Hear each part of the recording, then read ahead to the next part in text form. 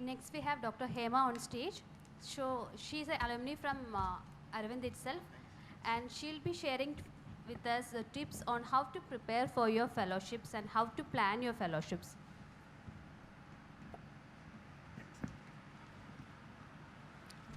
Good morning all. So I hope all of you are fed up with so much of e-learning resources. Now let's come to the practicality of our residency. What next residency? Fellowships.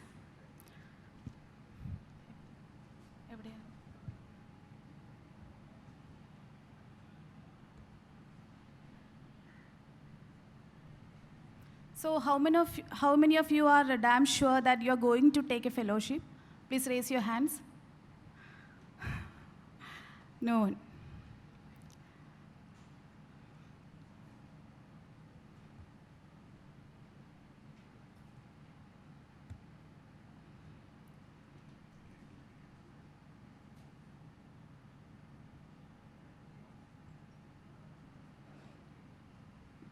Okay, so all of you are, I think all of you are confused like Jagadi.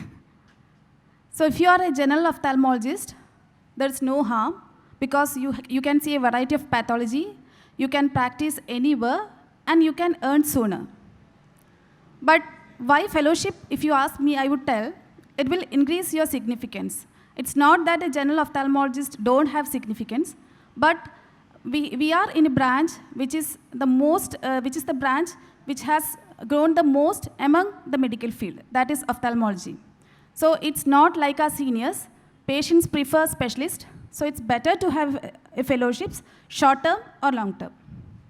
If you're planning for a fellowship, you will have a specialty of interest, you will think of a feasibility, you need a support system with a family or a maid or something, if you are a female especially, and you should have a strong personality to bear with your professional and personal stress, and you should be eligible.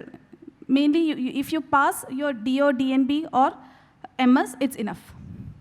So the process of fellowship start with choosing a specialty. You will shortlist an institute. You will wait for the announcement of the date. You will make a curriculum vitae. You have to go through the preliminary test or final test, and last the interview. This may change from institute and institute, but this is the main protocol which is followed in the prime institutes. For choosing a specialty, I'm not here to tell you which specialty is good for you because you only have to decide which is best. But what can I tell you is that you should be passionate about your fellowship specialty and don't get fascinated by what you see in a conference, or if you see a K-Pro implant or you see a retinal implant, don't get fascinated. Be practical. You do a ground study and you see where you're going to settle, and at that place, what is the fellowship of demand, and plan like that. We have an exhausting list of institutes for fellowships throughout India and also in Kerala. You can get this, the best way to go with it is you can go to the AIOS platform, and there is a heading called Fellowship Programs. If you click the hospital, you can get the course catalog in which there will be dates of examinations, date for interviews, etc. And in this, it will be given the number of seats available each year and the person to be contacted. But the number of seats depends on each year, and the institute will decide how many candidates to be taken. So it differs from year to year. Other way is that you can go directly to the website of the institute of choice, and you can search for the dates and announcements. To summarize, the admission usually starts usually 6 monthly, or and it will be either January or June.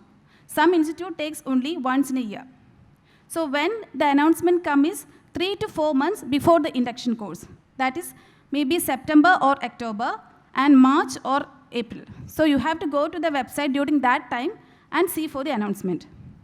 If you're planning for a fellowship, you have to plan before 6 months of your completion of the course.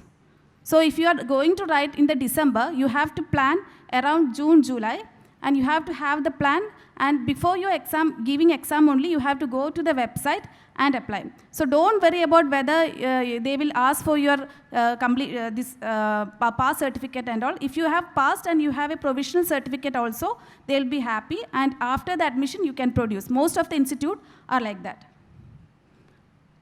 So how to decide on the institutes? You have to talk to the person who has completed or is doing the final year in the institute. How you can get that network?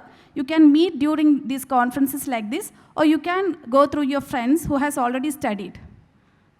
So what to ask? Don't ask this. Everyone will ask this only. Chori undo.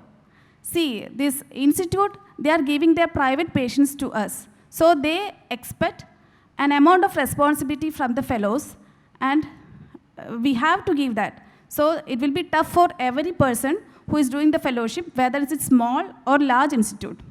What you have to focus is that, what is the clinical exposure? What are the present protocols? Because the person would have completed 1 year or 2 years before. What is the present protocol? Is there bond? Is there extended fellowship? You have to go deep into that, because your extended fellowship may not be in the same center. It may be in the peripheral centers. There may not be person to train you during your extended fellowship. Extended fellowship is nothing but what you practice after your fellowship in that institute, 2 or 3 years. So you have to need to have a good knowledge about what you'll be doing after the fellowship during the extended period. So let's start for applying for a fellowship. The first and foremost thing is preparing a curriculum vitae. It may sound funny for you because I have put this slide, but believe me, from this, the institute decide whether they have to choose you or not. You will have to write your name, contact number, current position, etc., similar to all other curriculum vitae.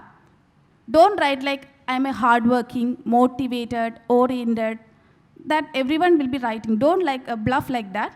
Just focus on main points. Your professional skills. If you have done, like our topic says, a small town postgraduate, you may not be having so many surgical skills or publications, but you can write like, I'm proficient in slit lamp examination, DO. I have seen SICS and done SICS or chalazion surgeries. Be truthful. I have observed TPPV, TRAP, PKP, etc. But what you tell, you should know. If you are telling you have watched TPPV, you should know the basics of vitrectomy. Research and publication. If you don't have a research and publication, it's okay. If you have, it's well and good, but you should be thorough about your publication. And if you don't have, you can discuss about your thesis. Go through your thesis. What was the result? What was the conclusion? Be thorough about that. Conference and presentations. Just don't write, I have attended KSOS, I have attended. You can write that, but you should at least remember something, what you have taken home from that conferences. Because the person who is in the panelist would have made a talk in that. He would have attended the conference. So you can tell that I attended this conference and I got these points, like that. It will show how keen you are and how truthful you are. For writing the reference, which is a must in the curriculum vitae, you can't write your friend's name or your batchmates.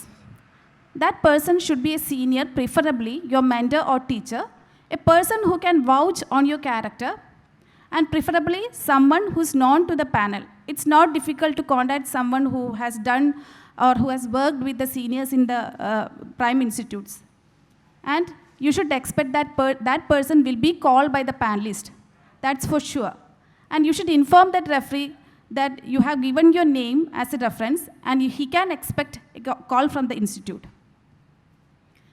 See, for extracurricular activities, all of us will write, I like to listen to music, watching TV. You should be specific even for the extracurricular activities also, because all this institute even look at the extracurricular activities. You can be specific. I am a BTS fan, or like that you can tell, so that that person, Formula 1 follower, like that you can tell, so that the person will remember your name. So when they are discussing about the candidates, yeah, this person, that girl, yeah, I remember, she was talking about Formula 1, just for getting a notice from the panelists, that's all. But you should know what are you talking about. Just don't tell that I like BTS, and if you don't know, like me, if you don't know anything about BTS, it's a mistake. But fellowship exams, some institute will have preliminary exams, some have final exams also. They have, institute like LVPA will give their materials priorly, you have to read that, and they'll conduct the final, preliminary exams.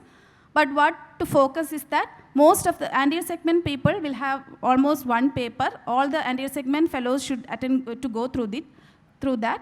Questions will be general and it will be easy for persons who have finished their DNB or MS recently.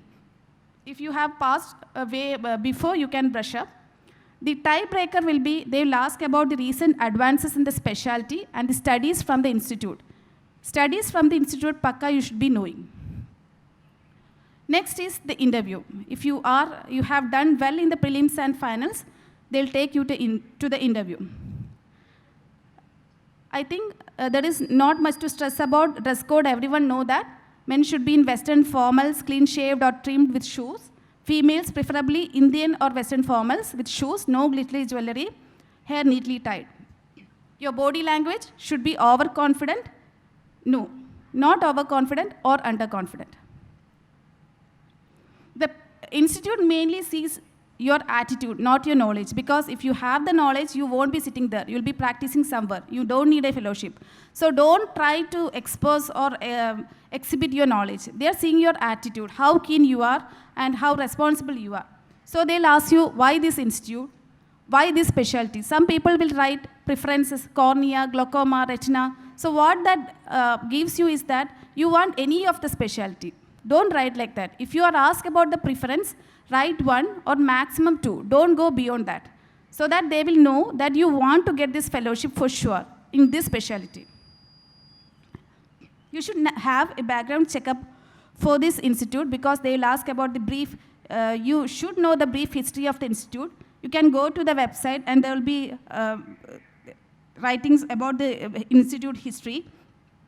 You can contact the other PGs or fellows from there and ask about the seniors and colleagues working there. And you should know the panelists and have an introduction about them. It's not a difficult because panelists usually will be the same every year. You can go, even from Google, you can get their work and the body of work. And go through the research or publication of the department and have the knowledge about which department you are going to take, who is the head, who are the other staff, what's their body of work. They'll also ask about your studies and publication from your institute. So you should be remembering your roots also. They'll ask questions like, one of your patient had allergy to homide, what you'll do? Your junior blocked the wrong eye, what you'll do? You observe your colleague fumbling during a step, what will you do? See, all these questions are just to see your attitudes. What they are checking is, if I am asked what you'll do, I'll tell that I'll give the drops, I'll console the patient and ask the patient to see after 3 days. They'll see how committed you are to the patient. And next, if you're junior, you have blocked the wrong eye, you should inform to your authorities. Like that, these are just examples. You can expect questions like that. They definitely will ask about your future plans. You can be truthful. They'll ask your long-term plans. Personal questions also, whether you are married, you have kids, what's your plan about the kids? If you are doing the extended fellowship, what will you do with them? Whether your in-laws will allow you to stay here. And about the bond, whether you're willing to do bond. Most of the institute are not having. LVPA used to have before, but since 2 to 3 months, they are not having bonds. Then they will ask whether you are willing to go for extended fellowship. If you are not willing, you can just tell that. At last, I want to highlight that a comfort zone is a beautiful place, but nothing ever grows there. So think whether you are in a comfort zone or the other side. Thanking all my previous institute and my friends who has helped me. Thank you.